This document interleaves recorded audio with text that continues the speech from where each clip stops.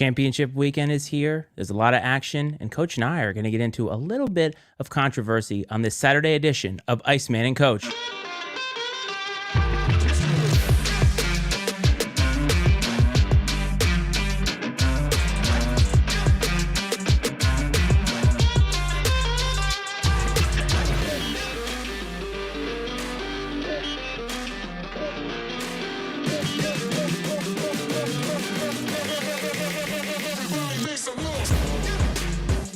Happy Saturday, everybody. Welcome back to a very rare weekend edition of Iceman and Coach. It's been a while since we've done an Iceman and Coach branded episode.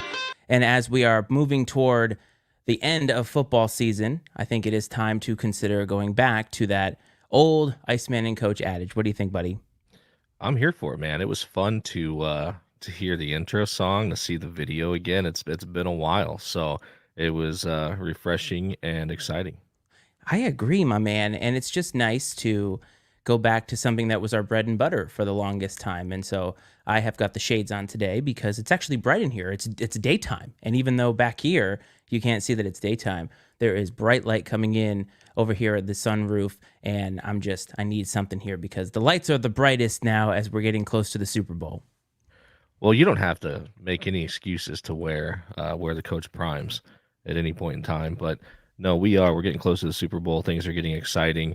I hate the fact that it's a 2-week break between the championship weekend and the Super Bowl. I get why and whatever. Money. But, yeah, of course. And but I'm not a fan of it. It's painful as a fan. But anyways, yeah, we're here, man. A couple of big games this weekend. Big Bradley game this afternoon. Once we wrap up, I'm excited for that. The Braves travel to Terre Haute, Indiana, to take on the Indiana State Sycamores, who are currently solely in first place in the Missouri Valley Conference and ranked 25th as of the last time I checked last night or early this morning in the net rating, which is the primary ranking that the NCAA uses for the tournament. So big game for the Braves. It's an uphill battle for sure. I don't have over the top expectations. It would be a huge win if they can get it. I just hope that they can compete and they don't get their doors blown off, so I can at least walk away feeling a little good about it. Now, this is a potentially two-bid conference because if Indiana State does not win the tournament, it's looking like it could be that they could get an at-large bid. I think a lot of it depends on how all the other conferences shake out because the conference tournament time sometimes can knock out a team like Indiana State who doesn't have the kind of resume that some of these other Power 5 schools might have. But if Indiana State were to make the tournament and not win, or were to not win their conference tournament, it is an outside chance that they could be in, right? Yeah, if let's say they run the table and they don't lose another game until the conference tournament title game, I think that obviously the tournament winner gets in, and I don't think that you can turn Indiana State away at that point. Their non-conference schedule is pretty solid. They lost a close game to, I believe it was Alabama, and then without one of their better players too. And they went to Michigan State and gave the Spartans everything they wanted. Michigan State pulled away late, in the last 5 to 8 minutes, but I mean, it was a ball game the whole way. So, I mean, they're really good. Now, they benefited tremendously from the transfer portal. They did the transfer portal better than anyone else in the conference did. And the dudes, they brought in 2 or 3 dudes that have made a huge impact immediately and are in contention for conference player of the year. So it'll be interesting to see how things play out. It's in the conference's best interest for them to slip up in the conference championship game and somebody else get in, because then you get 2.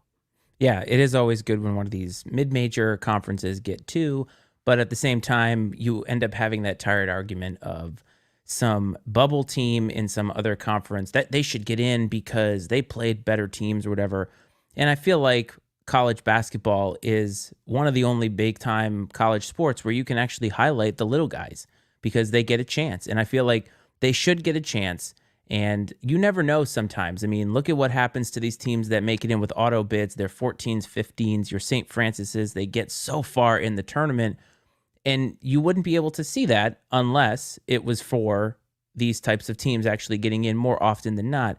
There obviously is a line, but I think clearly Indiana State is good, much like Wichita State was, 10 years ago when they had their amazing run and they were number 1 seed. They would have gotten in regardless of whether they won their conference tournament.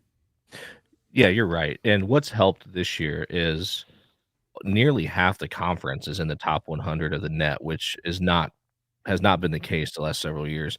And it's because for the first time in a long time, the entire league performed really well in the non-conference, and which that's really what sets you up for success when it comes to at-large hopes.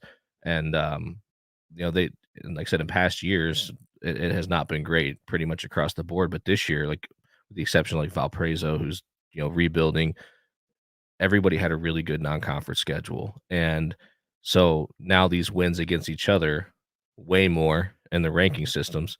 And so, I mean, it's, they've set themselves up for success. They just have to finish, and we'll see how things go down the stretch. And I mean, I tell you what, I wouldn't want to play in Indiana State in the tournament, no matter how they get in. I wouldn't want to play Drake. I wouldn't want to play Bradley on certain days. So it's exciting, man. It's an exciting time of year. We've got, who knows, man, maybe we'll get lucky enough to see a Valley team when we go to Charlotte here in a couple months. I was actually going to say that if Indiana State wins out and wins the conference tournament, maybe they could be a 10 seed, and we have a chance of possibly seeing that, because I think the games that we're going to see in Charlotte are 2-15 and 7-10 games. So Yep. we could possibly be lucky enough to see that. And that means upset Central, which is what I'm always rooting for in those early days of the tournament, because you just want to see those Cinderella teams make it. And then what ends up happening all the time is the cream rises to the top. It always happens, because top to bottom, most of the time, the best teams have just more talent across the board. So it's just the way that it works. Anyway, we have a guest coming, and we have something new, my man. Are you ready? Let's see it.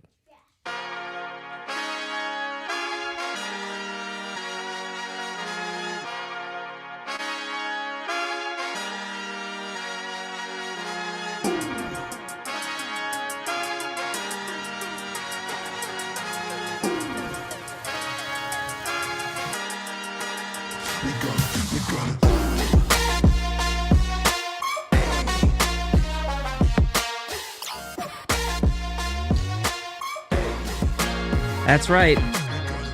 Love Nostra that. James is here, the man of the hour. After his first 2-0 week picking games, I decided it was time to give the guy his own theme music and intro song. So, James, welcome to the studio, my man. How do you feel about both of your picks winning last week? Good. You do feel good, as you should. To recap for everybody, he had the Lions over the Bucks, which was a win, and he had the Chiefs over the Bills, which ended up being a win. And you know what?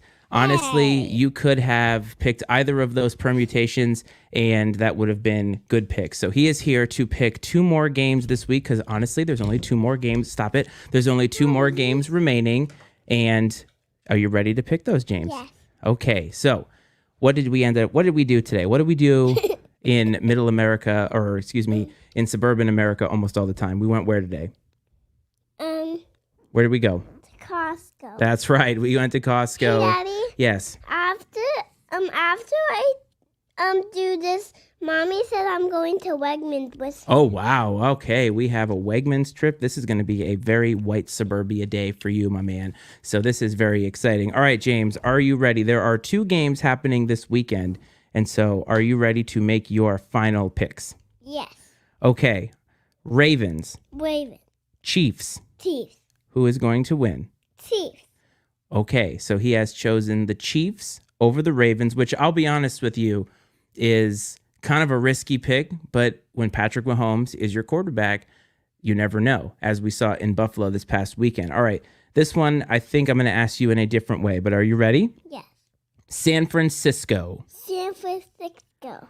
San Francisco. San Francisco. Okay.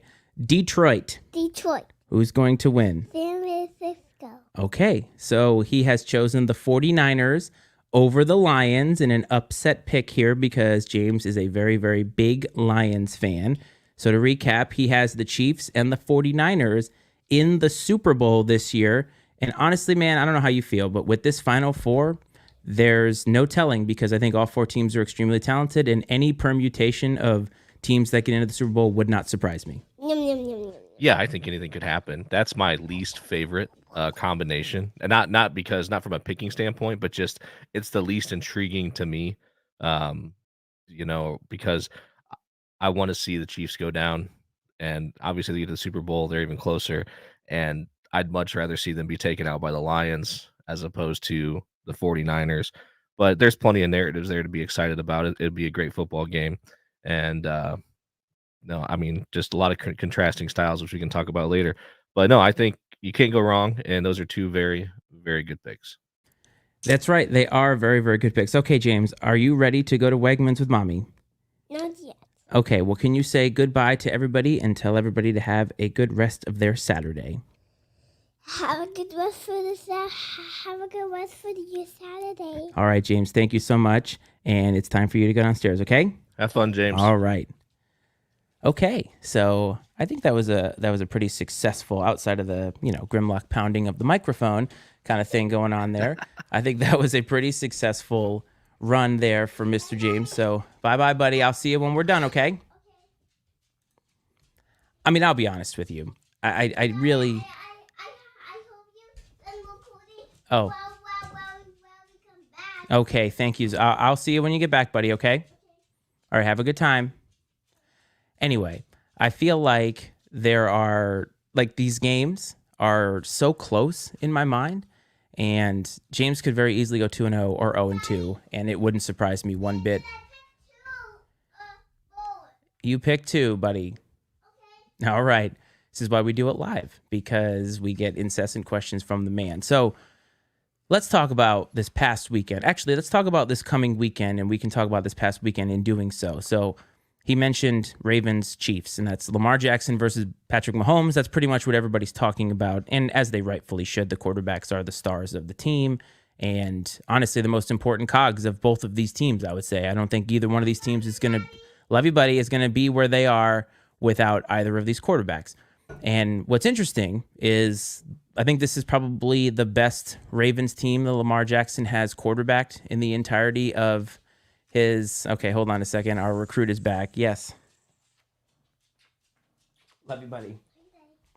I mean, I'll never say no to extra hugs and kisses. No, not at all. Okay, buddy. It's really time for you to go, okay?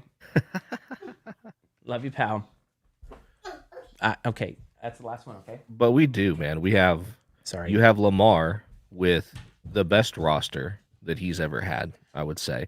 And Patrick Mahomes with the less best roster, whatever, the least talented roster that he's had to this point. And so that's what's interesting, is to see, who prevails in that situation. Yes.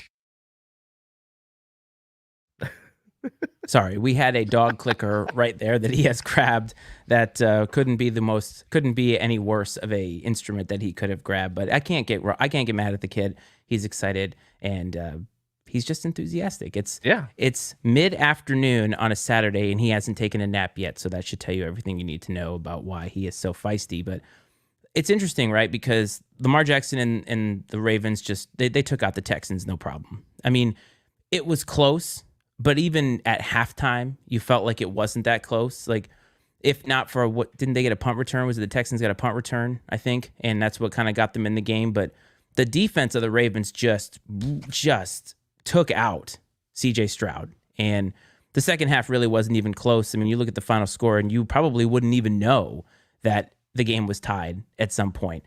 And the Chiefs go into Buffalo, and we're going to break down Josh Allen and the Bills in a minute, but the Chiefs go in, and Mahomes is like the coldest MFer in the entire league and just gets it done. His receivers haven't been catching anything all season long. All of a sudden they can catch. And I feel like this is one of those games where Lamar Jackson, this could be his coming out party in terms of winning the big one, but people are kind of doubting them when this is the most talented roster that they've had. So I find the narratives kind of coming into this interesting, because the Chiefs are getting the nod publicly because of all the winning that they've done. But I'm tell you what, this Ravens team defensively has pretty much beaten up all of the really good teams in the league. The only one they haven't played this year for the most part is the Chiefs, and we're going to find out. Yeah, I think you're right. And I think the reason that public perception is what it is at this point is because Lamar has yet to win that big game with the Ravens and get over the hump. So I think once that happens, maybe that starts to change a little bit. But, sort of, I mean, definitely different styles, but I feel like him and Josh Allen are sort of in the same camp as far as really good, play on good teams, and they're just coming up short year after year. And when you watch them throughout the season, all indications are that they're going to have their teams in position to compete for a championship, and that's usually the case. And then somewhere along the line, they just don't get it done. And it's not, you can't say that it solely falls on them. I mean, football's a team game, but it's very easy, like you mentioned earlier. The quarterbacks, they are the face of the team, and so it's easy to point the finger a little bit. And um, on the other end, though, with the Chiefs, like I said, Mahomes definitely has the least talented roster he's had to this point, I think, and has found a way to win games. And credit to him and Andy Reid and what they've been able to do, and they've battled some adversity. They had a really rough stretch there, kind of that last third of the season, really, and for them to be, I'm shocked. I would not have expected them to, which is silly to say, Patrick Mahomes and Andy Reid, but I did not expect them to be in this position at all. No. But now that they're here, it's really hard to bet against them. I feel like, I think I texted you this as we're watching the game against Buffalo, and I said Jerry Jones should take notice because Patrick Mahomes and the Chiefs are playing up to their competition in probably the most challenging environment that they've played in the playoffs, and the team wholeheartedly responds. And I said, this is a reflection of Andy Reid as a head coach. And because I think that is very true. I mean, you look at Andy Reid on the sideline, and he wasn't worried at all. Like whether Buffalo got tons of momentum when they scored at the end of the half. But when you looked at the first half, and as the game started to go along, the defense of Buffalo never really stopped or had any answers for the Chiefs' offense. And the Chiefs' offense had never looked that good the entirety of the season, efficient and just moving the ball down the field so effortlessly. Like at one point, I think they showed the stat that the only time they'd been stopped was when they knelt down at the end of the half because there was, 15 seconds left?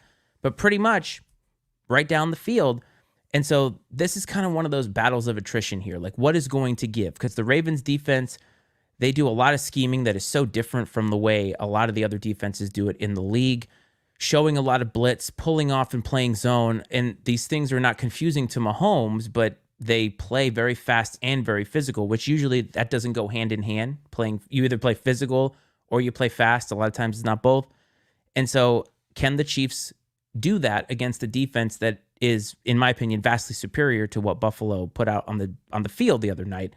And can they stop Lamar Jackson? Because the Texans were not able to stop him. They were letting him into the secondary, into the open field, and it's a recipe for disaster when you play the Ravens. So I'm actually intrigued by this because this feels like a game that could go either way, and it's like they could go tit for tat the whole game, and it'll be a close one, I feel like. Well, and part of that, when we're talking about the Texans, we're talking about a rookie head coach being put in that position now, compared to Andy Reid. I mean, Andy Reid has coached against, some of the best that have ever played the game, and especially when we talk about running quarterbacks, he's coached against Michael Vick and, some of those other guys. It's a good point. That would fit that mold, So, like, I definitely think he's got some tools in his toolbox to be able to, at least on paper, schematically, contain. You're never going to stop Lamar Jackson, but if you can contain him and just not let him single-handedly beat you, you're going to have a chance. And you're going to have to keep them off the board because their defense is so good. Like, you can't count on being able to score 35 points. So you're going to have to limit the damage that he does. And like I said, I'm sure that he's got a few tricks up his sleeve. And the thing is, I'm at this point with Patrick Mahomes now where I think he is 100% in the conversation for most talented quarterback to ever play. And he's getting the wins too. Like I always said that about Aaron Rodgers. Like when you compared Aaron Rodgers to Tom Brady, I think talent-wise, Aaron Rodgers was a better quarterback in terms of playing the actual position, making throws. But when it came to winning, Tom Brady was the better winner.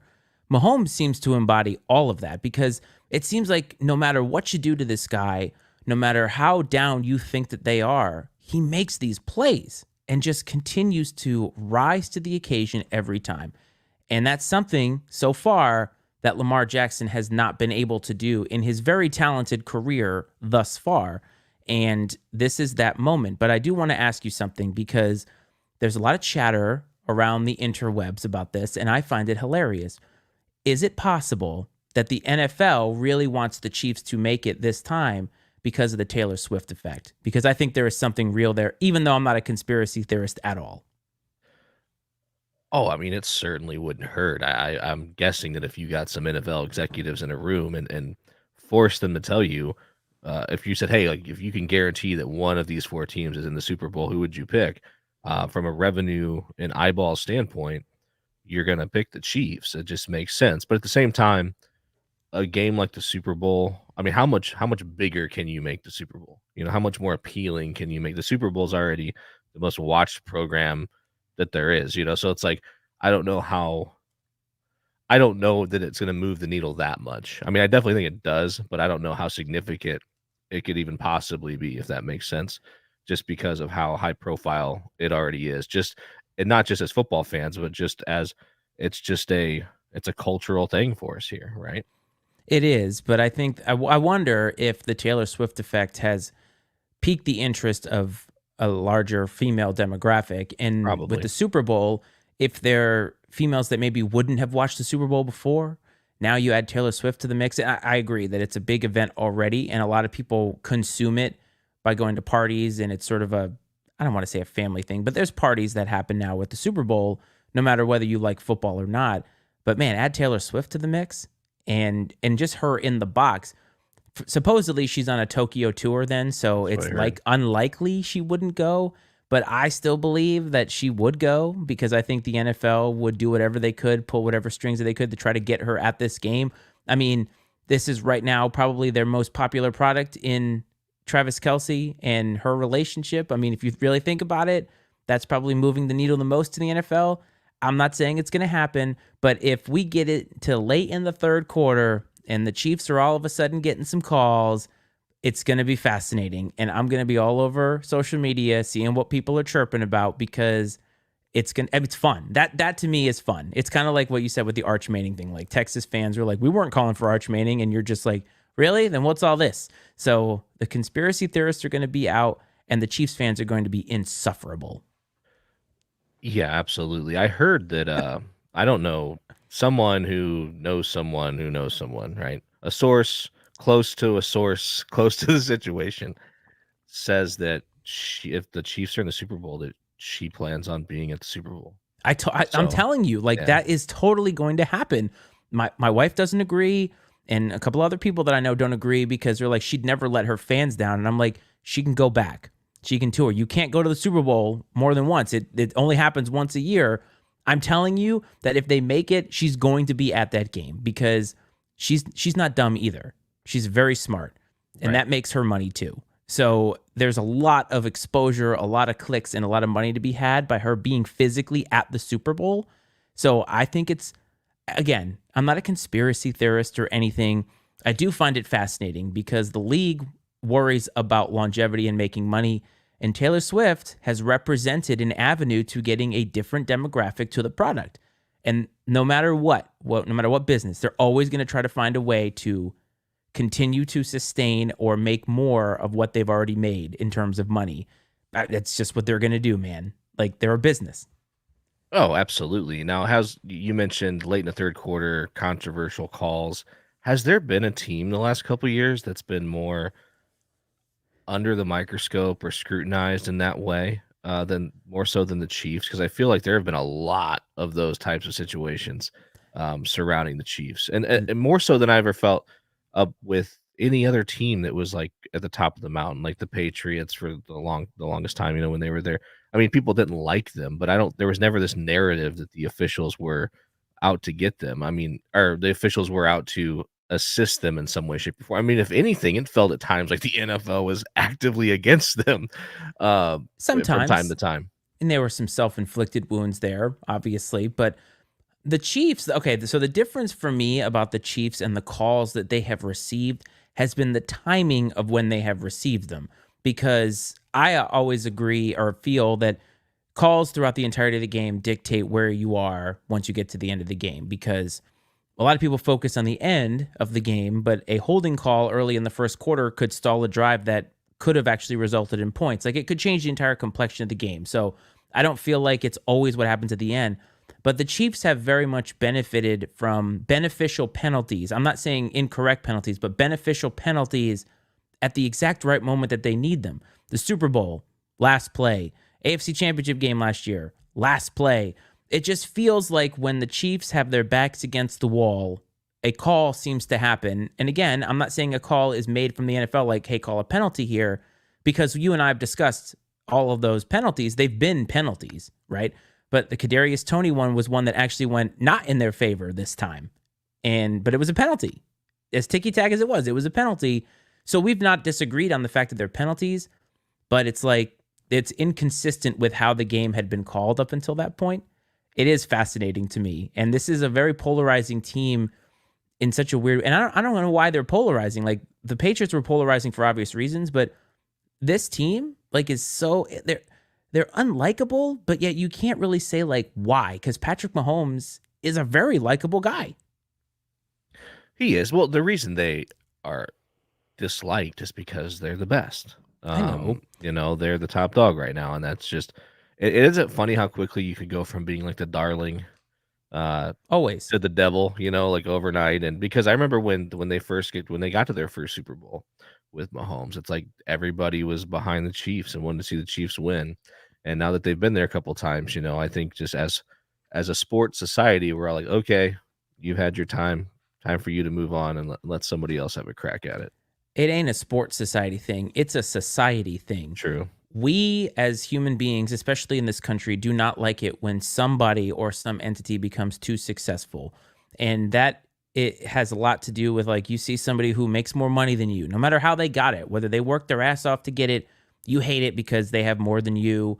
When you go on a personal journey, lose weight, do something, there's haters because you have been more successful, or there is some element of yourself that they can't control, right? Or something like that. And this is the same thing. The Patriots, the first time they won a Super Bowl, great story, right? We're all Patriots, 9-11, everything's great. As soon as they win 2 more, that's it. You're done. And you really can't win more. And you can't get the stink of that off of you either. People, unless you're from Pittsburgh, like, there's Pittsburgh fans, like, a lot of people don't like Pittsburgh. Nobody likes New England, the Cowboys, Notre Dame, you name, Alabama, you name them, right? All the uber successful franchises, teams, whatever. Eventually, they become hated. And it's the only way that you go back to not caring about them is when they start to lose. But some of them sustain winning all the time. And I know, it's just a thing. We can't handle it when somebody else is happy, basically. That's absolutely true. Because let's say that the Lions win the Super Bowl this year. I guarantee you, like, if they'll get next year, if they're back in it next year, back in the mix, say win the Super Bowl again or get to the Super Bowl. I mean, they got like a 3-year window, I would say, to be still the darlings. And after that, if they continue to have this kind of success, everybody's going to turn on them just the way they turn on the Chiefs, just the way they turn on everyone else. And I mean, the Cowboys, that's why people say, you know, America's team, but there are Not just anymore. as many, not anymore, but I'm saying, like, there are just as many people that hate the Cowboys because of how good they were in the early 90s. You know what I mean? And it's fascinating. You know, I'd be interested to hear some, you know, a psychologist or something, like, break that down, like, why that is. And it could be as simple as we don't like seeing other people. We like to see other people get something, but then, like, we don't want them to stay there for whatever reason. But you see this all the time. You see it in people who didn't get something. So I'll use this as it's a political thing, but I don't see it as political. Like student loans, right? I had to pay all my student loans, no problem. And other people are going to get them forgiven. And while that upsets me in a way, because I'm like, damn, I paid my student loans off. Like, I wish I could have some of that money back. I don't care if they get it, because these things happen all the time. Family medical leave. So many women did not get any time off when they had kids. And now in the federal government, you get 12 weeks of paid leave. and it took what, 100 and something years of to get this done.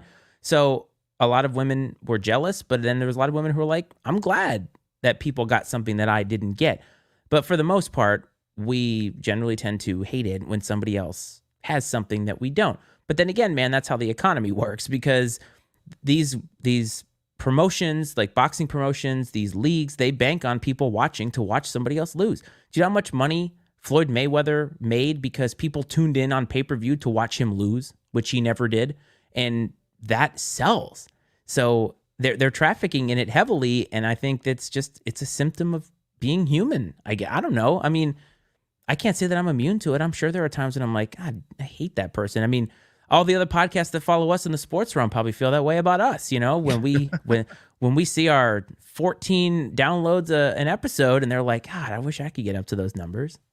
Absolutely. Yeah, from a polarizing standpoint, I think that the most interesting Super Bowl matchup would be the Lions and the Chiefs, because you would have that perfect overlap of the America's darlings in the Lions and the villain in the Chiefs, and so you get to compound your affection and your hatred all in one in a game like that. And and those types of matchups draw in the casuals.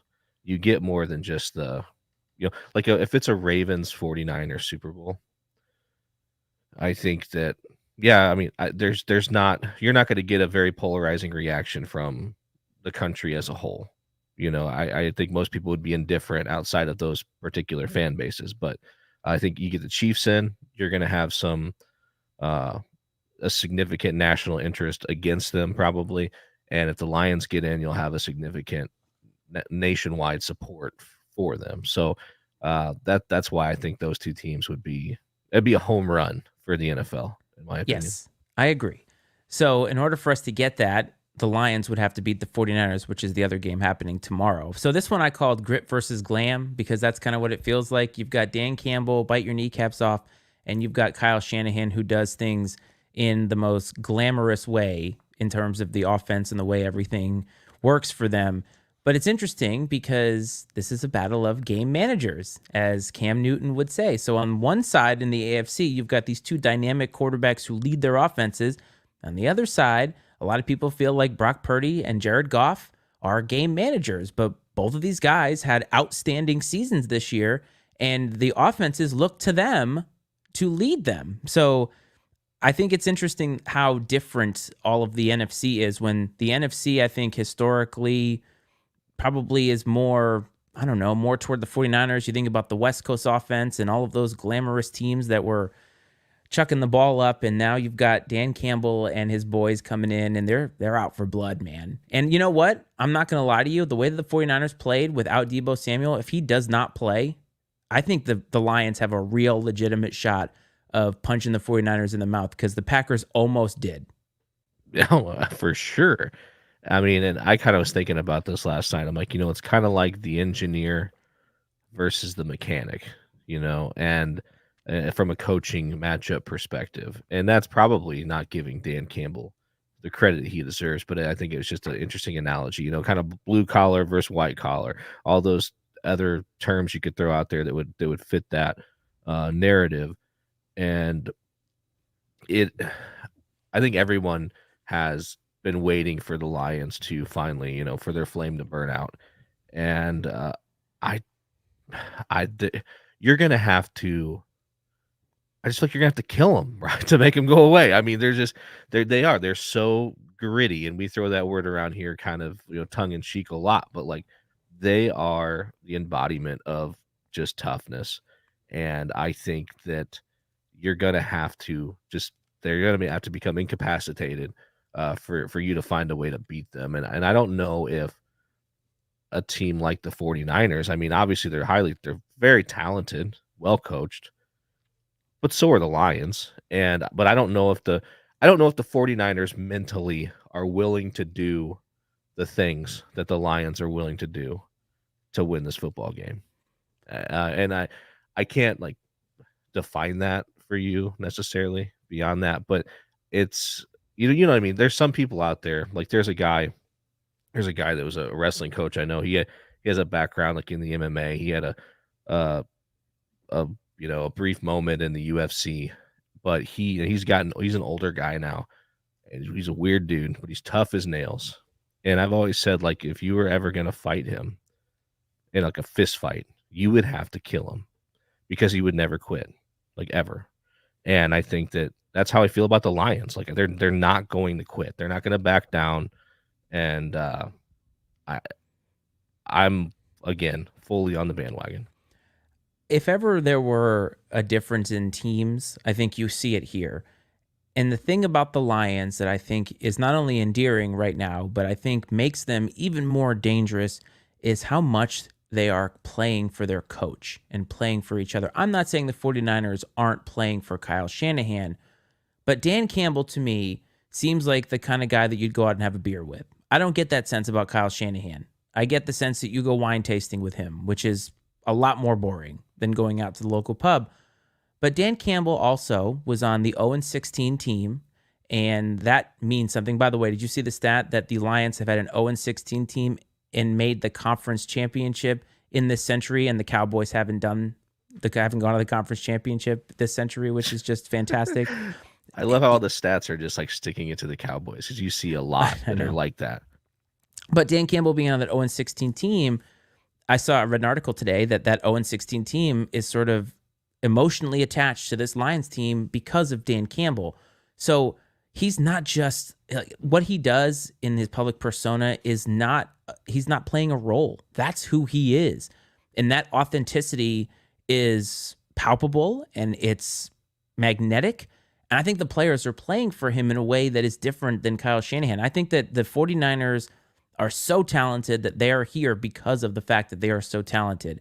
And this Lions team has had to build the last 3 years under Dan Campbell to get here. Both of their games were dogfights, so they're ready. And it's exactly like you said. They're not gonna back down. They're not gonna be afraid. The home field advantage is not going to matter. Dan Campbell's gonna have them ready to go. And that mentality of just always going into deep water and never being able to fully take them out, I think sometimes teams like the 49ers, who are much more finesse, have a hard time dealing with that when the chips are really down. So if the Lions are in this game in the fourth quarter, it's going to be moxie time for the 49ers. And I'm going to say this because I think it's true. Kyle Shanahan has not really performed well in the biggest of games. If you look at his entire coaching career, that loss to the Patriots, losing in conference championship games, and that stat from last week that you and I were blown away with. Now, after winning that game against the Packers, he's 1-30 all time when his team is down by 7 or more points in the fourth quarter or something like that. And it's like, that's shocking because for a guy that everybody labels a genius, not a lot of winning when the chips are down, in my opinion. You're right. And I mean, some of it obviously is his pedigree. His dad obviously being a Super Bowl winning coach, and he's coached on a lot of good coaching staffs under other great coaches. And he's had success as a head coach, just not, and even as a coordinator, but hasn't been able to get over the hump and win the big game. I don't know if they lose this one, then I think that you can really slap that label on him for sure at that point in time because, you're at home. You have the better roster, even without Deebo Samuel. I mean, a lot of the boxes are checked in your favor going into this football game. And that doesn't mean that you're not going to get the best shot from the Lions.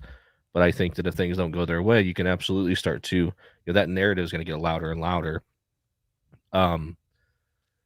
It will be interesting though, because, was it Santa Clara? That's where the stadium is, right? Yes. If I'm not mistaken. And like Santa Clara, California does not scream home field advantage to me. When you think of some of these stadiums, we've seen games at Arrowhead, Bills Mafia in Buffalo, Detroit and Santa Clara. You know what I mean? It doesn't fit with the others. And so, like you said, there really isn't going to be much of a home field advantage there either. But I don't like what's Kyle Shanahan's future look like if this doesn't go well. I mean, his job's not on the line by any means. No. But, does this really start to define him? if things don't go in their favor. But remember, when we talked about McCarthy and we talked about Sirianni, you made the point a couple of times about, is there something that this person is bringing to the table that's not getting it done? And if Shanahan gets to the conference title game again and doesn't make the Super Bowl again, it is 100% fair, in my opinion, to throw that label on him and ask the question of, can this guy get it done in the biggest of games? We did it to Lamar Jackson. We did. Fairly or unfairly, we did it to Lamar Jackson and said, oh, we can't win the big one.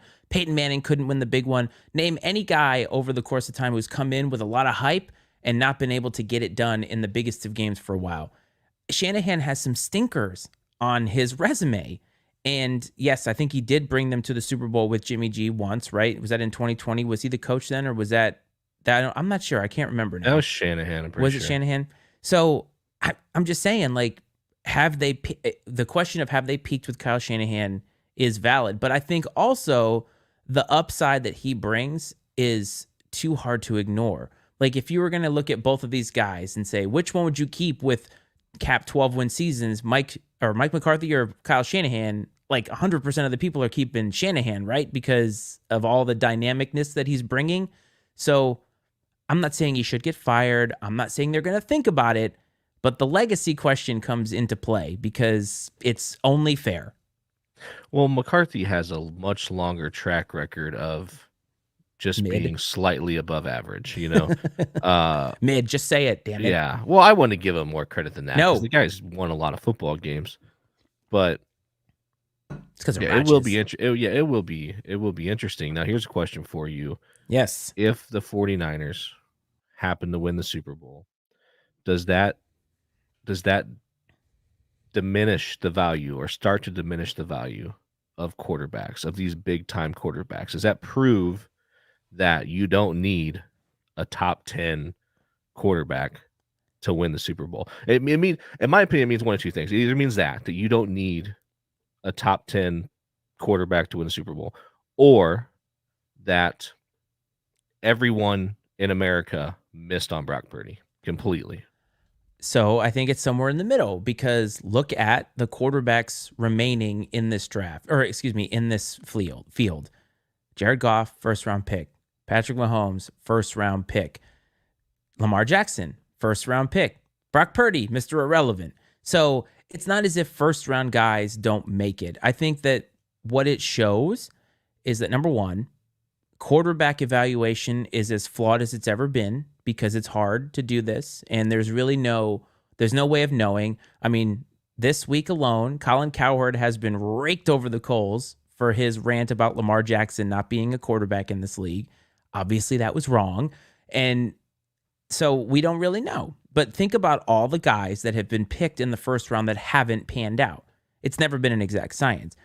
I also think that it means that you can have a quarterback that other people don't see as talented, but also put a crap ton of talent around them, and that'll win you some football games. A lot of it comes down to, do you have the right guy with the right players? If Brock Purdy was on any other crappy team, right? If Brock Purdy was a Bear, the Bears probably would be as bad, if not worse, than what they are, because they don't have anybody else. So would he be able to elevate them? Not sure. What would the Patriots have looked like if Brock Purdy was their quarterback and not Mac Jones? They probably would have won more than 4 games, but how many more? Because name a Patriots receiver. I'll wait.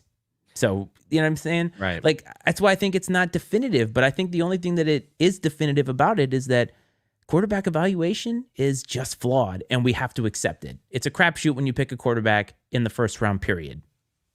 How many starting quarterbacks, and I don't mean like who finished the year starting, I mean like actual, like considered the franchise quarterback, that aren't first round draft picks?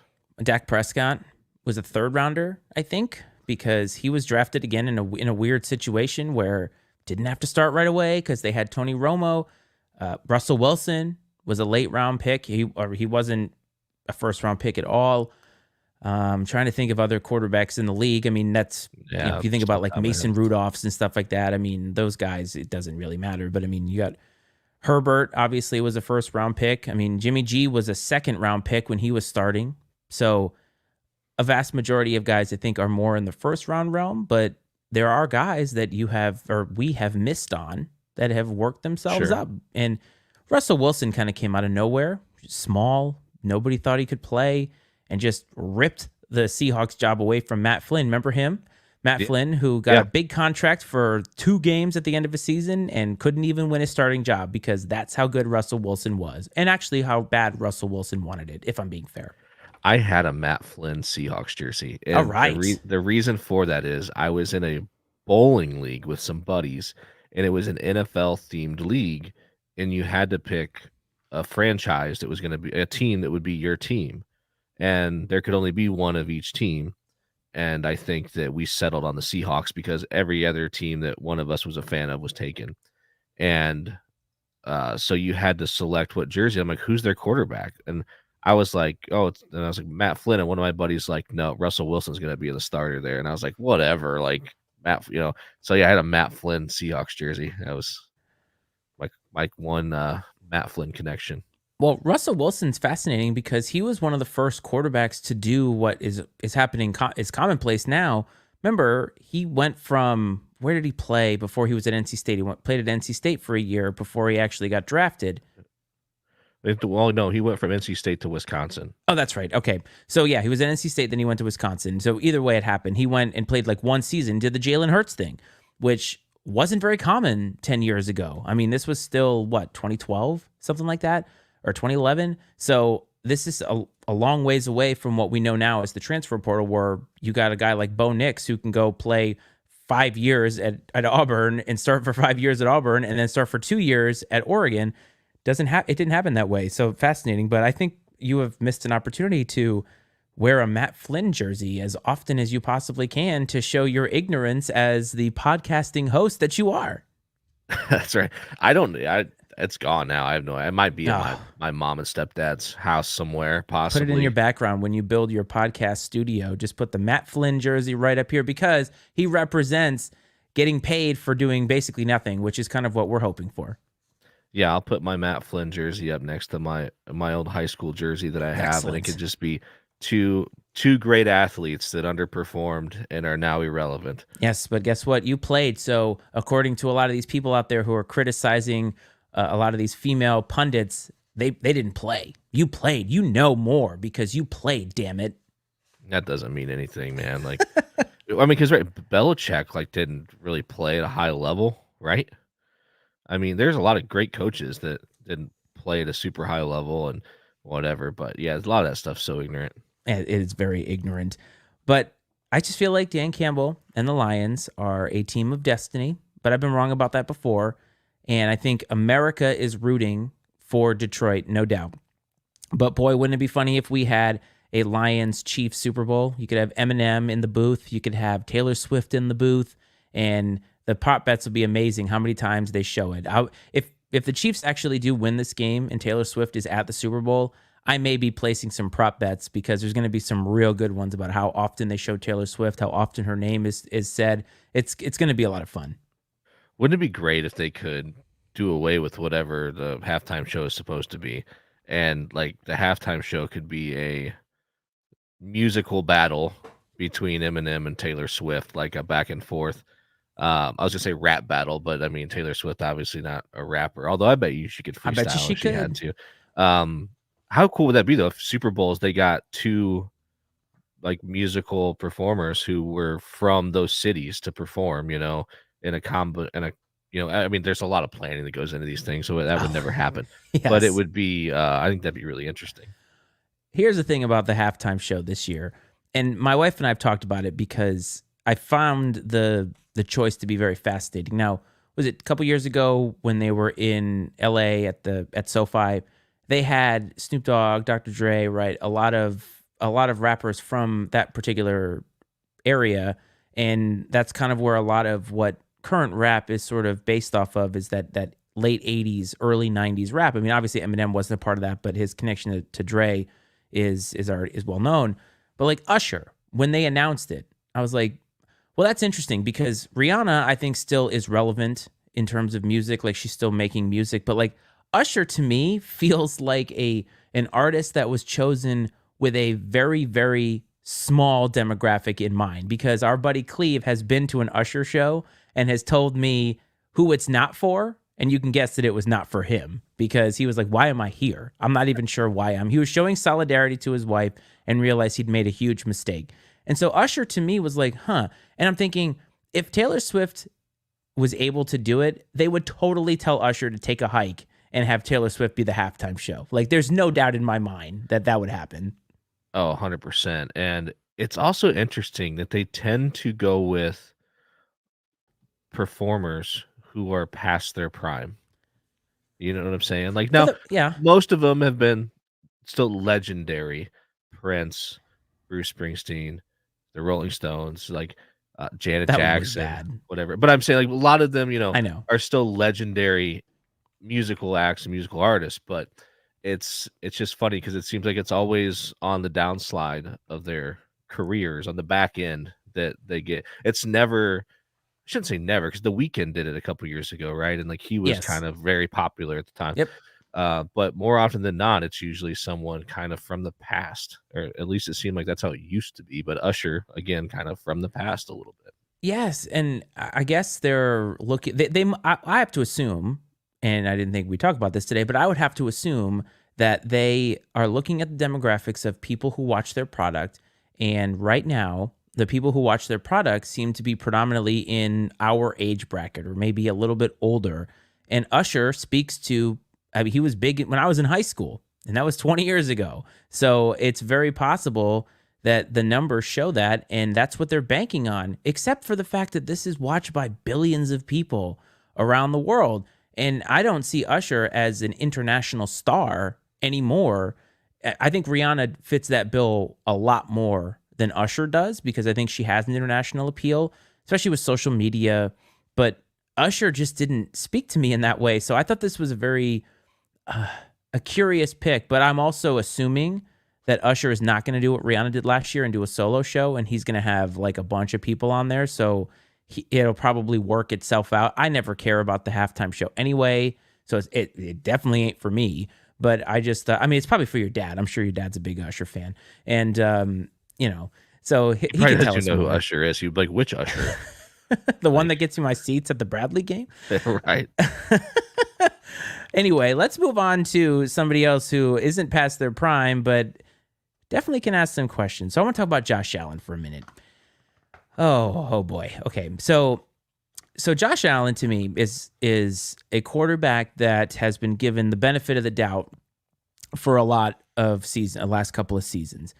And much like Lamar Jackson, has not been able to get it done in the biggest spots. Not solely his fault, but I'm saying the Buffalo Bills not been able to get it done in the biggest spots. And coming out of this weekend, when, in my opinion, the Chiefs outplayed the Bills for especially the second half, the narrative was like, well, Josh Allen is close, but not really. And then nobody was talking about how Mahomes just stone cold came in there and won that football game because a couple of things happened that would have made that field goal at the end non-existent. And I'm talking about the fake punt that they had, and they got extremely lucky that the dumbest rule in the rule book came into play, the fumble out of the end zone, causing a touchback.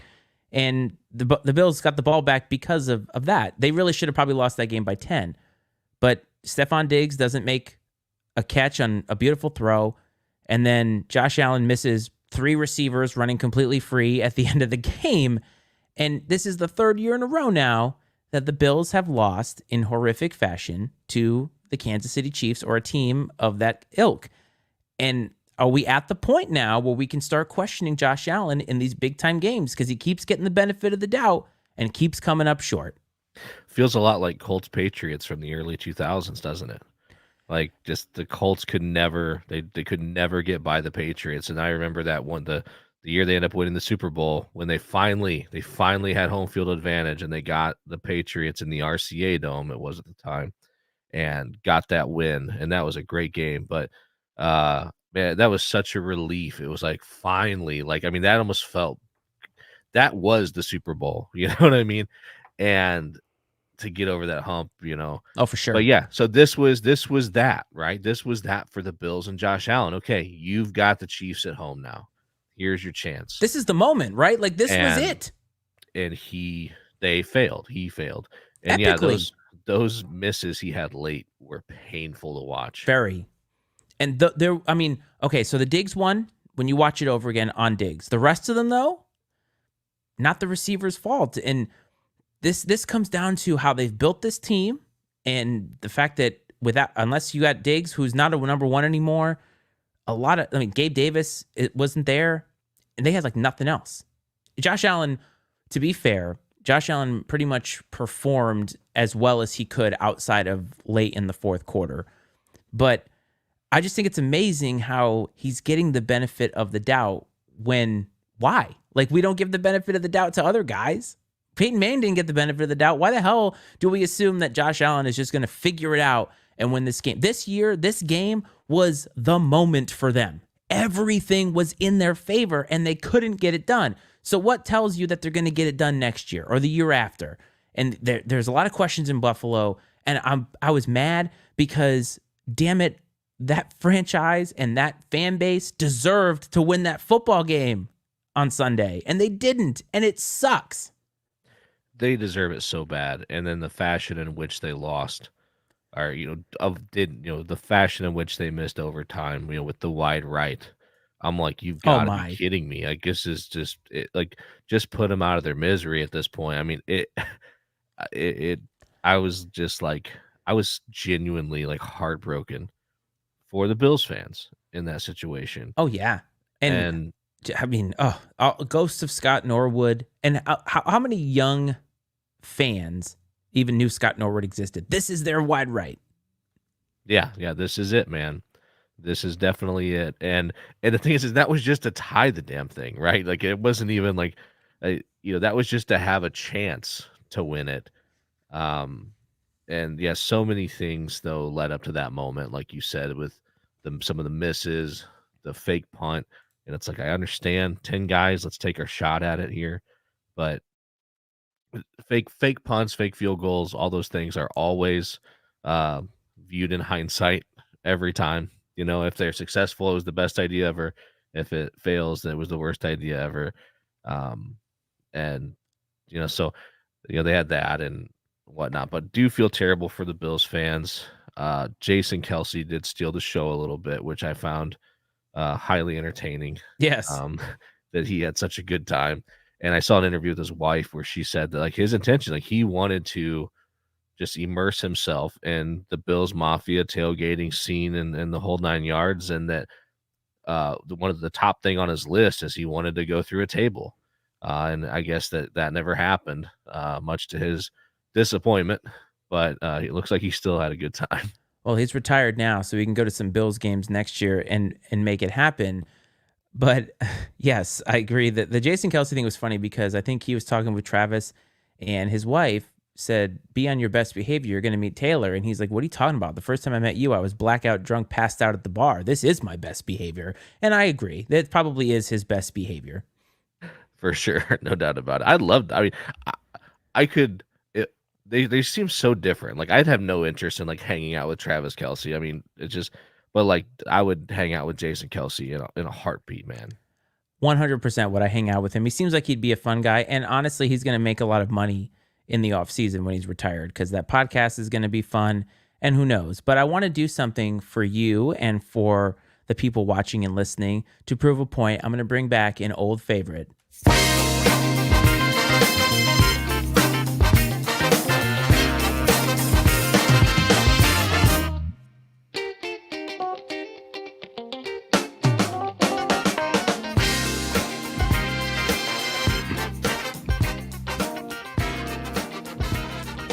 Iceman's stat of the week. Been a while since I have given a stat. We teased it a couple weeks ago. But man, I want to give you a stat here, and then I would like to hypothesize a point. So do you recall the Chargers from 2006, 2009? A very talented squad. Yes, sir. Yes. So in that 4-year time, I believe Norv Turner was their coach back then, and I think maybe even Marty Schottenheimer for 1 year. They were 46-18. Nothing to sneeze at. 4 division titles, 28.1 points per game, 19.6 opponents' points per game. They were 3-4 in the playoffs. They went to 1 AFC championship game and 4 divisional round appearances. The 2020 to 2023 Buffalo Bills. in that same time period, 48-18, 4 division titles, 28.6 points a game, giving up 19.1, 5-4 in the playoffs, 1 AFC championship game, and 4 divisional round appearances. Josh Allen is the new Phillip Rivers. That's painful. Now, I think that history looks back favorably on Phillip Rivers beyond, outside the fact that, he never got to the big game, obviously never won the big game, very good in the regular season. But the thing is, look at freaking Dan Marino, man. Like, everybody loves Dan Marino. Dan Marino never won a Super Bowl, and he's regarded as one of the best quarterbacks to ever play the game. I mean, I'm sure the stats at the time that he played had a lot to do with that. Now every quarterback's stats are off the charts just because of the way the game's played. Yeah, it's hard to compare now. For sure. Yeah, it absolutely is. In that way, in like the 1-to-1 stat. Because, Troy Aikman has less career touchdown passes than Ryan Fitzpatrick. Nobody's going to say that Fitzpatrick is a better quarterback. True. And I don't think anyway. Well, and back then, man, like, they didn't protect the quarterback like they do now at all. And he is very open about that. Like, how many times he got hit with the crown of the helmet just up, and concussions. And he's even said, like, Troy Aikman is very honest about, I'm lucky that I'm able to do announcing, because he could have lost a lot of faculties from the way he got hit. I believe it, man. But that's a good comparison, though. Josh Allen to Phillip Rivers, or that's probably more appropriate. I was gonna say you could even put like Peyton Manning in the equation, since we did the Colts Pats comparison. But I don't know if he's regarded in the same way that Peyton Manning was at the time that he was playing at a high level. But like you said, a lot of people tend to give him a pass a little bit. Oh, they do. The hype is always super high at the offseason. Yeah, compared to how they are towards some of these other quarterbacks like Lamar, who are on the same level, really. Yeah, they are on the same level. And thing is, the older that Josh Allen gets, and he's young, right? He's still in his prime, but like the older that he gets, younger quarterbacks are going to come into the league. And theoretically, the league is going to be more saturated with younger talent. And it's not going to be a guarantee that they're going to be able to do what they do every year. And this year, he didn't have to deal with Joe Burrow, which could have to in years coming up. And what happens if Jim Harbaugh gets the Chargers rolling? Then all of a sudden, Justin Herbert's got some things going. If Doug Peterson can get the Jags rolling, Trevor Lawrence, like there's just a lot of talent in the AFC. And I don't understand why he keeps getting the benefit of the doubt, but we heap all of this negativity on these quarterbacks that don't win like 1 or 2 games. And it's like, well, they can't get it done. And yet Josh Allen just can't beat Mahomes. Like, it is what it is. And Peyton Manning had to carry that around for a long time until, as you said, finally beat him. But even so, he didn't beat Brady a lot. It didn't happen too often. Only a couple of times in the biggest moments. And maybe that's Josh Allen's career path. Look, Phillip Rivers probably will be a Hall of Famer, right? He played with a lot of talent. But unfortunately, never could win the biggest of games when they had to win them. And that's sometimes the career arc for a guy. And it stinks that it's for Buffalo, because when Josh Allen leaves, they may not get another chance at that, because only the Packers seem to get franchise quarterbacks one after another. Yeah, and Buffalo knows all too well what it looks like after losing a franchise quarterback. Decade plus of futility and a revolving door at the quarterback position, post Jim Kelly. And so definitely interesting. And then, you referenced Jim Harbaugh, and I do think, and we can get into it here in a bit if you want to, but I think that I have every belief in the world that he's going to get the Chargers rolling. Yes. And so let's talk coaching now, because I think first things first, and to address the question that we've received for those listening, we've received a question here in our chat about which conference is more difficult, the AFC or NFC. And I would say that differs every year, because obviously talent kind of rolls. I think this year the AFC was theoretically a lot more talented. There was a lot more talented teams for the most part, but I think a lot of those talented teams petered out towards the end of the year. And the NFC struck me as a little bit more top heavy. San Francisco, Dallas, maybe Philadelphia for a while, but pretty much after that, it was not a lot of teams that struck you as like they could be one of the best in the league. But in the AFC, I feel the opposite. Do you really? Yeah. I feel like the AFC is top heavy. Like that the top of the AFC is really good, and that the NFC is deeper. I mean, there were a lot more teams in play, I guess, for the playoffs this year. But so, yeah, you might be right about that. But I guess when I think about like the Ravens, the Bills, the Dolphins technically were in that for a while. The Chiefs, I guess, yeah, you might be right. I mean, because I guess the Browns were obviously good, but I didn't see them as like, Right. oh my God, they can win everything. So, But the fact that, like you mentioned, the fact that there were so many teams in the NFC still in the hunt late could also be an indication of how that there weren't enough really good teams. You yeah, know what I mean? I kind At of the saw it same that time. way. It's probably a matter of perspective, but just to give all of the degenerate gamblers their news of the day today, Southern Illinois has come back and beaten Murray State 60-58. So those of you who had money on that game, bless you. I hope that you were on the right side of the It sounds lines. like they were down 20 with 14 to play or something like that. I saw, so that's an impressive comeback. I guess they took one on the chin from the Braves in similar fashion a couple weeks ago. So That's uh, right. I So, guess they'll get their hey, karma. that's that's right. What goes around comes around, and nobody circles the wagons quite like the Buffalo Bills. But before we move on from the Bills, I want to ask you: is it time for a coaching change in Buffalo? Oh man, It's tough, right? oh it is tough. It is really tough because McDermott's done something there that nobody nobody's been able to do in a Mm-hmm. really long time, Yep. and I do think it's hard to move off of him just because of that. Mm-hmm. But when you look at things like the way we were talking last week about, all right, like obviously he has not shown the ability to get over that hump and to get to win a championship, to get to a Super Bowl. And what is that reason? Is it something that he has control over and he can change and fix? And if not, who can? Um, so how interesting would it be if Bill Belichick, if they moved off McDermott and Bill Belichick went to the Bills? That'd be hilarious. It won't happen, but I don't think there'll be a coaching change this year. No, I think that if it gets to the point where they're really all in on Josh Allen and they feel like, all right, we only got a couple more years of this potential window. We got to shake something up. I think at that point, maybe you'd see a coaching change. Yes.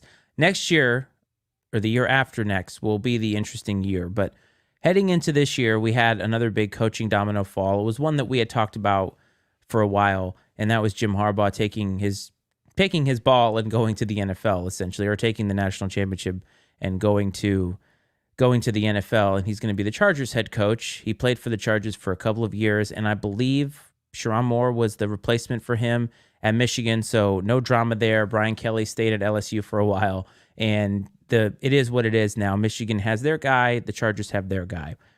Harbaugh obviously is coming with a national championship. He's also coming with a lot of baggage from his time at Michigan with all the scandals and things. But if this hire highlights anything, my man, it's that winning pretty much scrubs everything. And that's, I don't have a problem with it. It is what it is. The Chargers want to win. Jim Harbaugh wants to win a Super Bowl. And guess what?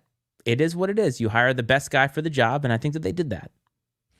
I think so too. And we got to remember he got the 49ers to Super Bowl not too long ago. He's been successful everywhere he's been. He has. And he is sort of just very kind of following the same trajectory in a way of like Pete Carroll, right? Yeah. And also kind of like on the heels of a scandal.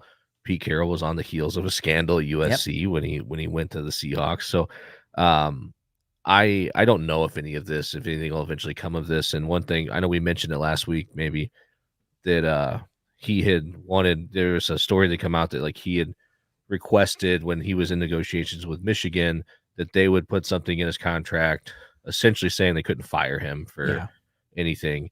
And I guess I was talking to some people and they said, well, they had heard that was basically his response to Michigan's initial offer, which was they wanted him to sign a contract saying that he wouldn't leave for the NFL for X amount of years.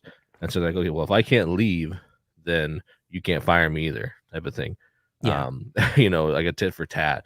And which I found it interesting that they would try to like I'd be more worried about him going to another college Yeah. and coaching than leaving for the NFL. Like I wouldn't want to coach against him if he left. That'd be what I would be concerned about. But I maybe they agree. figured that he would never take another college job and that the NFL was the only real threat, I guess. It's an interesting path to take for them too, because he just won a national title, which is the entire reason why they brought him there. No matter how they did it and whether it gets vacated or not, they won it. Like, I don't care. I don't care if the NCAA Agreed. vacates it. They won it. And for Michigan's perspective, they won the national championship. That was the entire point of the endeavor. The entire reason why you brought him back there was to right the ship and bring glory back to Michigan. And he did that 100%. So if you're negotiating with him in good faith, as you should with a guy who just won you the national championship, and your first offer is, well, we don't want you to leave for a while, to me, that's bad business. I feel like it would be a slap in the face. Like, a coach should be able to leave whenever they want. At this point, that's the way the paradigm works.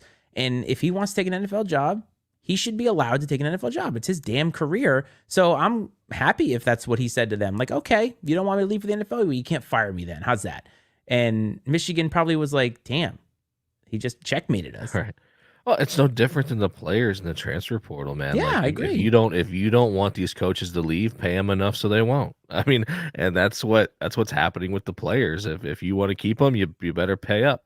Yeah, by the way, how funny is it now that Alabama fans are pretty much going through what every other college football, like, whoa, they're taking all of our players. And we're like, hey, man, that's been us for the longest time. So I don't want to hear it. Yeah, have a seat at the table with the rest of us. Absolutely, come down from your ivory tower. Yeah, it is kind of funny to see that happening a little bit for sure. And They're not handling it well. No, they're not. Absolutely not. Because I think that it wasn't that I didn't expect it. I didn't even consider it. It just wasn't on my radar. But I guarantee you, man, that they never ever thought that anything like this was a possibility. I can't blame them. I mean, they've been so consistently good forever, but it's just funny because, like, man, the vultures started the second that Adam Schefter posted that on social media, the vultures were swirling about. And I was listening to somebody talk about Iowa and how it's like, man, that's been Iowa forever, right? All of our guys go to one of these other schools. They don't generally stay here. It doesn't happen in reverse. And now you've got Alabama players going back to their home states, which is something that would have never been considered before. So I just find it funny. And Michigan, I don't think is going to be in that boat because I think they did the internal hire. So you're able to keep a lot of these kids probably more than you would if they did an external hire. But Budge, our boy there, he did a video about whether it was good for the long term to make this hire. Like, this is good in the short term, but is it good in the long term? And it's fascinating to think about that because as a university, you have to think about the short term in a lot of ways. Because Michigan, and I think Harbaugh also looked at, man, I just won the national championship. The team's going to be worse next year because they're losing a lot of talent. This is the perfect time to go. Go out on top, and before the team gets bad and there's any stink on me for the team being bad. Because you know what? I think Michigan fans could deal with the stink of a scandal, but not losing. You know what I mean? Sure. Yeah, absolutely. And, back on the Alabama piece, it is, I don't blame the players, and no disrespect to Kalen DeBoer, but like those kids didn't sign to go play for Kalen DeBoer. They signed to play for Nick Saban, the best of all time. Yes. And there's a big difference between Kalen DeBoer and Nick Saban. And a little bit. So right, and again, I'm not throwing any shade at Kalen DeBoer. We said, man, like you're probably better off to be the guy that follows the guy that replaces the legend than to be the guy that replaces the legend. And and it makes you wonder if the powers that be at Alabama considered this in their process. Now, we already speculate that a couple others probably told them no before they got to Kalen DeBoer. But they definitely did. Because I think that a couple of those guys probably could have kept things intact a little bit more. Mm-hmm. But you talk about just two, and I don't know if Kalen DeBoer is from, do we know where he is from? I have no idea. Because I'm just like, gosh, Jake, you're taking a guy out of the Pacific Northwest and plopping him in the middle of SEC country, in the capital of SEC country, Oh in man. Alabama, following a legend. It's like you talk about just a weird fit. And it's like at the time it was like, well, okay, like this is maybe this the best they could do after. But the more I think about it, it just seems like a strange fit, I guess, for Yes. lack of a better term. But I don't think, by the way, to bring it back to Harbaugh, like I think he's a good fit for this team in the Chargers because I think Brandon Yes. Staley brought kind of like the Kyle Shanahan mentality, but no personality. And I think the personality is what is really going to help the Chargers because I think Justin Herbert needs a guy who's going to be as eccentric as Jim Harbaugh is with all of the winning that comes with it. And it's not going to surprise me if in 2 years the Chargers are in the AFC Championship game and Justin Herbert has a 5,000-yard season because something was happening with Brandon Staley, who was a defensive-minded guy.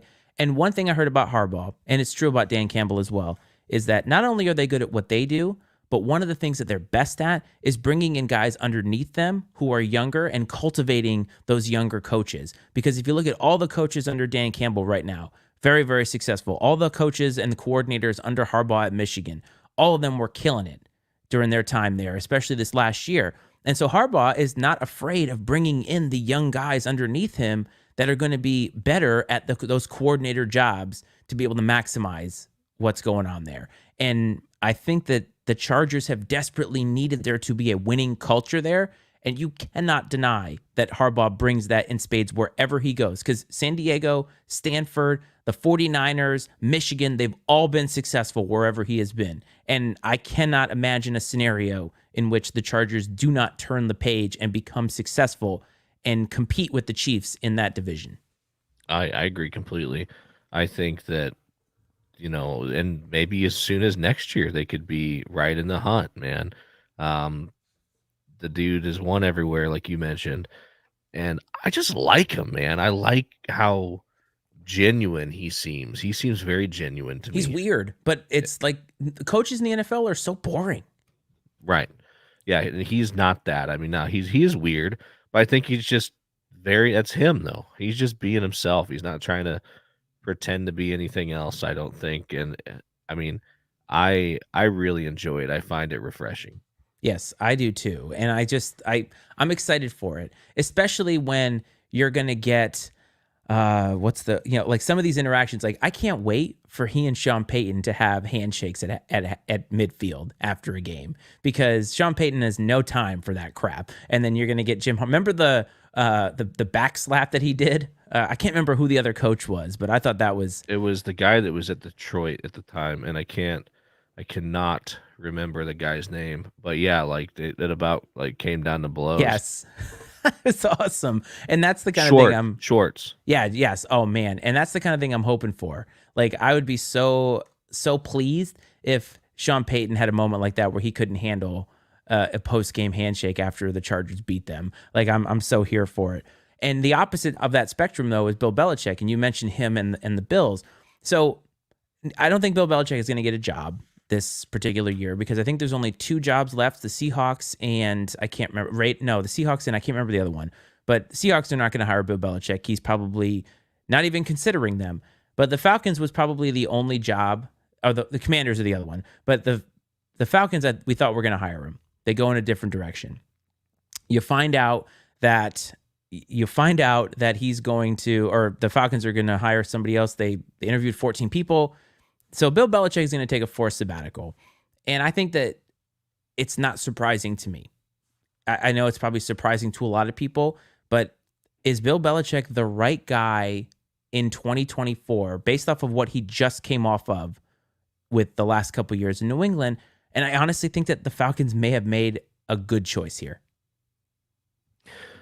Yeah, I'm sure the guy's got some life left in him as a football coach. But we've talked about it. We talked about it months ago that we're just not sure if that plays anymore. Like his style and just the generation that he's from. I don't know if that connects to today's player. And because once, I mean, it didn't seem like it's going so well in New England here recently. So No. I think that it would have been the flashy hire, but I don't think that it would have been the best hire. If you're trying to build a team, if you need like a mercenary, like you've got a team that is ready to win right now with a veteran quarterback, and something happens and you just need a guy for a year or two to just come in and capitalize on that. Like uh, if Andy Reid had to step away because of like health issues or something like that, like that would be the perfect guy to plug in Yes. for a year or two or something like that.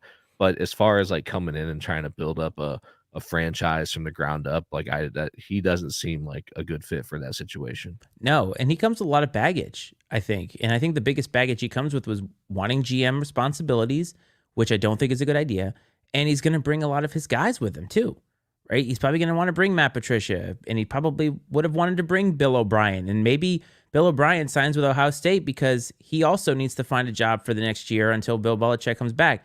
But the intriguing part about Belichick is that every time one of these teams, like the Bills or the Cowboys, who retain their head coach, makes a mistake and loses, they're going to be asking, what's Bill Belichick doing? And I think that's the fascinating. If I'm Bill Belichick, I'm going to every Bills home game. I'm going to every Cowboys home game just to have, number one, something to do, and number two, to feed into those rumors, because those teams may be looking at him next year as okay, we did it our way, now we're going to do it your way. That's certainly possible. And those would be franchises that fit that description, right? That it seems like the roster is built to win now. And you just got to have find that missing piece. And maybe he's it, right? And I don't think there's really nothing to lose by, if you were to move on from a McCarthy for a Belichick for a few years, or move on from McDermott to Belichick I don't think you risk taking much of a step back under those circumstances. No, I don't think so either. But I think also people were surprised about Belichick, and I thought he wasn't interested in every single one of those jobs. He has to be particular about the job that he wants to take too. I mean, the Falcons were a quarterback away, I would say. But again, I think if he wants roster control, and then now if you look at how many jobs there are left too, and he's got a lot of stiff competition. I mean, Mike Vrabel is still out there. There's some really great coordinators out there who are being considered for these jobs. And he's not an idiot. He knows if it's not the right fit for him, he's not going to do it because he doesn't want to have what happened in New England happen. But I'm telling you, that we're going to hear Bill Belichick's name a lot when one of these guys falters or loses in the playoffs. And next offseason, it would not shock me if one of these franchises that is desperate to win big decides that they're going to take a flyer on Bill. And I'm not necessarily sure it's the right move, but I'm trying to think of like a scenario in which Jerry Jones and Bill Belichick coexist in the same ecosystem, because that seems to me like an utter disaster. Maybe, but Belichick's also the type of guy that maybe Jerry Jones has a lot of respect for him and would just leave him alone and let him do his thing. And, Robert Kraft doesn't seem to be the meddling type, but I mean, Belichick has dealt with what we'll call a high-profile owner, and so I don't know. I think they'd find a way to make it work, just because of their mutual interest in winning a championship. And I think, do you feel like the top reason we'll see Belichick again is just his own personal desire to shake the stink of the last few years with the Patriots? And to get the Shula record. I think that's really what he's after, because I think he's like 14 or 12 wins away or something like that. So he's going to sit out for an entire year, but I think he's going to calculate. And I think that he wants to be back. And yes, I also think that he wants to show Bob Kraft that he wasn't washed, because everybody thinks that's the case. So there's ego involved there, and we'll see what happens. I mean, every year, some poor franchise is in need of a head coach. Happens all the time. So Bill will have his choice next year. It's more the journey of how we get there is what I'm looking forward to, because Cowboys are always interesting. You can't deny that about them. What if Andy Reid pulls a Nick Saban and wins the Super Bowl and retires after this year? So that is a rumor I think that's flying around that could happen. And Belichick is a guy they've identified, because I think before you try to bridge the gap, bring in a guy who's a winner, because I don't think Belichick's going to go in there and neuter Patrick Mahomes. Like, I think working with Mahomes would almost be like working with Brady again for him. Yeah, I mean, he is a more athletic version of Tom Brady. Yes. I mean, just in his what appears to be his competitive spirit and his ability to just find a way to win, find a way to make a play when you need a play. And that's what separates the Bradys, the Mahomes, from the Josh Allens. Josh Allen, if you can snap out just a regular season and stack all these guys' regular seasons up against each other, you see no difference. But when you look at in the biggest moments in the playoffs, that's where the real difference is between the good ones and the great ones, is those guys that can make a play when you need a play and do it more often than not with consistency. And that's what Patrick Mahomes is, man. As much as I'd like to see the Chiefs be knocked off their perch, there's no denying their greatness. I completely agree with you, and that's why we will have to check in on these games and James's pick. But we'd like to know who you think is going to win this weekend and make it to the Super Bowl. And if you're listening now, call or text and give us your takes on this weekend's action. 703-718-6314 is the number to do that. All right, my man, we're getting close to the end here, but there's two things I want to bring up very, very quickly, rapid fire, that I thought are worth discussing for a minute or two. Did you hear about this LSU receiver who apparently placed 8,900 bets during his time that he was, or illegal bets during his time that he was at LSU? 8,900. Is that the dude's last name's like Booty or something Boutte like that? or something like that. Yes. I saw the name pop up in something affiliated with because University of Iowa and Iowa State wrestlers took a hit over a gambling thing, and that there's like, did they? Yeah, so they I'll just like briefly as I can. Is that recent? Yeah, this year, like over the summer, there was an investigation.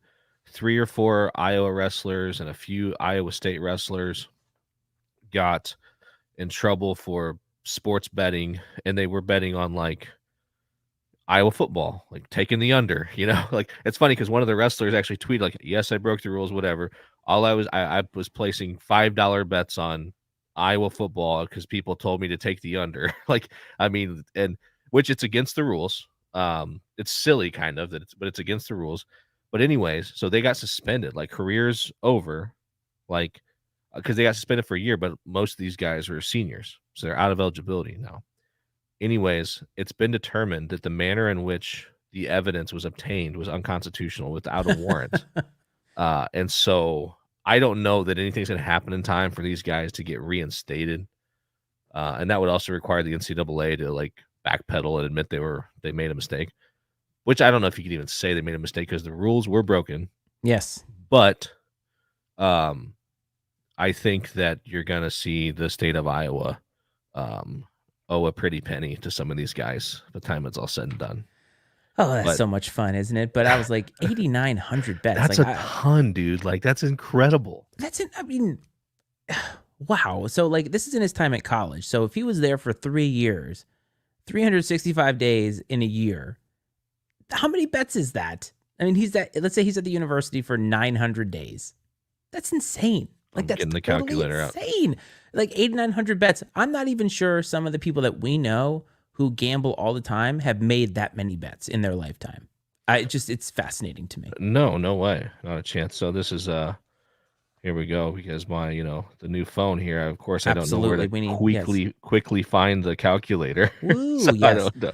I'm just saying, moving on, 8,900, but you mentioned Iowa, and I don't know if you saw this, but Ohio State women's basketball defeated Caitlin Clark in Iowa the other night, and they stormed the court, as happens a lot. I mean, Caitlin Clark in Iowa are one of the best teams in the country. She's definitely one of the most recognizable players in the country, and there was a collision. Now, for me, I've always said that in basketball, it worries me because there could be moments like this, and the footage has been out on the internet for a while, and I have to say, it's going to be a little bit of a hot take for me. I wouldn't say scorching hot, but certainly more than tepid, is that Caitlin Clark wasn't looking when she was running. The guy from Ohio State, probably drunk, wasn't looking where he was going. They collided into each other, and here's the hot part of it. She's working on her flopping for the NCAA tournament, because I really didn't think it was that big of a deal. I think that the fans were storming the court. I didn't see anything malicious take place. And the only thing that I thought was interesting was the guy looked back at her, and I'm like, bro, you don't check on her? Yeah, that was the most troubling part. It's like, come on, man, like be a decent human in that moment. But I agree with you. Definitely looked like a bit of a flop for sure. And it's not, it feels like you can't say that, right? Because it's like, oh, but I mean, come on, just watch the video. It, Uh, it's like what we say all the time. Multiple things can be true, right?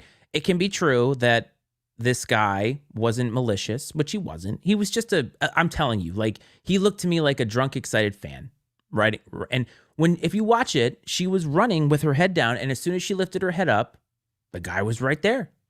How many times have you accidentally run into somebody at a grocery store? No malicious intent there. It happens. And she went down. I'm sure it was scary because she went down, but a lot of people tried to conflate this to this massive thing. And like the incident to me that was worse was earlier this year. Remember when Ole Miss fans stormed the field and like the LSU guy like punched the guy in the face? I'm like, that's what I'm talking about. Like that's the kind of thing that I would be worried about is stupid drunk people going up to larger athletes than them. But this seemed to me to be just an honest mistake. But like I said, she kind of flopped. I'm sorry. She kind of flopped. I agree, man. I agree. Watch, this will be the thing, though. This will be it. This will be the thing that finally invokes change of some kind in the court storming rules. You're probably right about that. You're 100% right.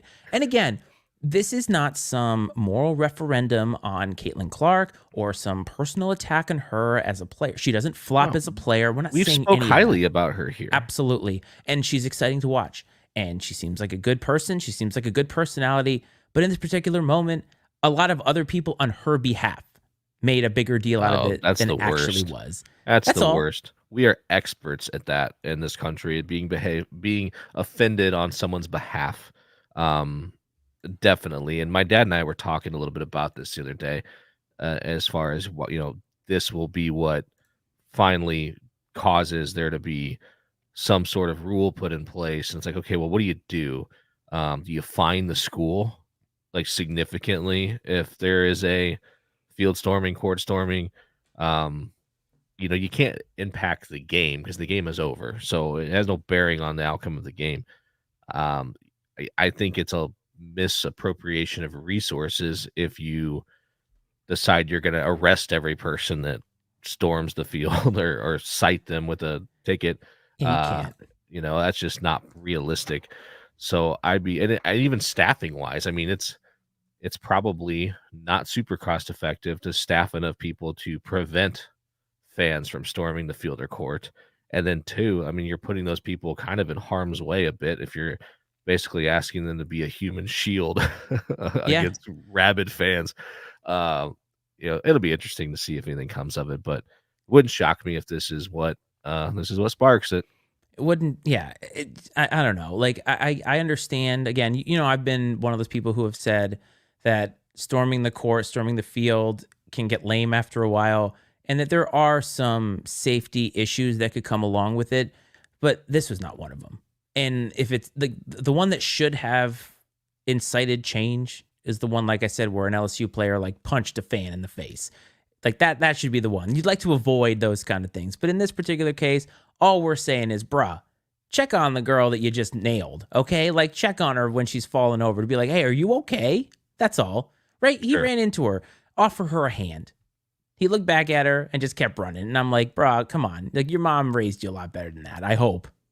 Ohio State fan, you never know. Be a gentleman, and that is a lot to ask of an Ohio State fan. I agree. I totally agree with you. And you know what's going to happen though? This little conversation is going to get us canceled and or viral in some form or fashion. So here for it. I agree. So it is Saturday, and Brad has a Bradley basketball game to get to in a little bit. So the Braves will be taking on the old Sycamores for a battle of supremacy in what is a sold-out arena with a lot of free tickets, so Bradley fans couldn't make it to the game. Bush League, in my opinion, those sons of bitches. But we have NFL. About that, I got. Go ahead. So there was on X, there was some back and forth. Bradley fans had seen these posts that were coming up throughout the week about, hey, there's this, we're giving away 2,000 tickets at Culver's. Come down and grab them, whatever. Like, they had planned, like, on Thursday is the ticket giveaway. And so a Bradley fan had shared it. It was like, hey, let's make the trip and go grab these tickets. And like in the most serious fashion ever, like someone shared it. Some Indiana State person shared it with another Indiana State person. They're like, I'm going to be there checking IDs. Like, if anyone shows up with an ID from the Peoria area, do not give them I mean, they were so serious about it. It was just hysterical. I'm like, you just love it, man. It's fun when, the game sold out. It's on ESPNU, so it'll be on national television for anyone who's interested. 5:00 Central. I guess that's 6 your time, Eastern time. It is. So, if you got nothing else going on, check it out. It should be an interesting and fun atmosphere. Yeah, man. I hope that the Braves can pull it out, or at least show the nation that they can stay with one of the top 25 teams in the country, but you never know. So next week, hopefully we'll be back on Friday, but we gave you a Iceman and Coach episode. If you want to find us on social media, just check INC Sports or Iceman and Coach, whether it's TikTok, whether it's Facebook, podcasts, you name it. We're out there. We are whoring ourselves to the world for those likes, clicks, listens, whatever it is. So please support the brand. Please support me and Brad. And you know what, fam? We'll see you next week. This is Iceman and Coach.